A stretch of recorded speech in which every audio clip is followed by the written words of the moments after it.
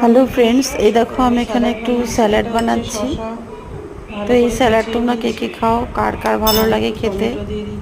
এটা একটু healthy salad. এটার মধ্যে একটু শসা দিয়ে দিয়েছি, শসাটা খুব কুচিয়ে নিয়েছি, আর একটু টমেটো কুচি দিয়ে দিয়েছি, কাঁচা লঙ্কা দিয়ে দিয়েছি, আর একটু দিয়ে দিচ্ছি ভেজানো ছোলা। দেখেছো কেমন লাগছে? Colourful salad.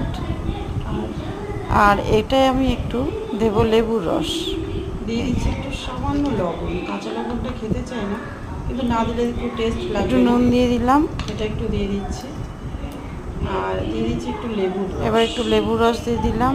এটা কিন্তু খুব টেস্ট হয় খেতে।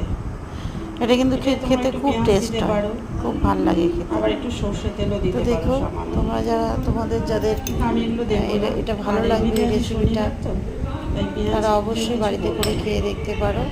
এই যে এটা ভালো করে আমরা মিক্সড তো করে মাঝে নেব। মাঝেই করে খাই এটা, এটা ভীষণ ভালো লাগে খেতে। সেই জন্য এই রেসিপিটা আমি একটু তোমাদের সাথে শেয়ার করছি, দেখাচ্ছি। এটা কিন্তু বেশ ঠিক আছে, ভিডিওটা ভালো লাগলে তোমরা এরকম করে অবশ্যই কে কে লাইক খাও, করো, অবশ্যই কমেন্ট আমাকে করো, কমেন্টে বলো। আর শেয়ার করো। ঠিক আছে, টাটা।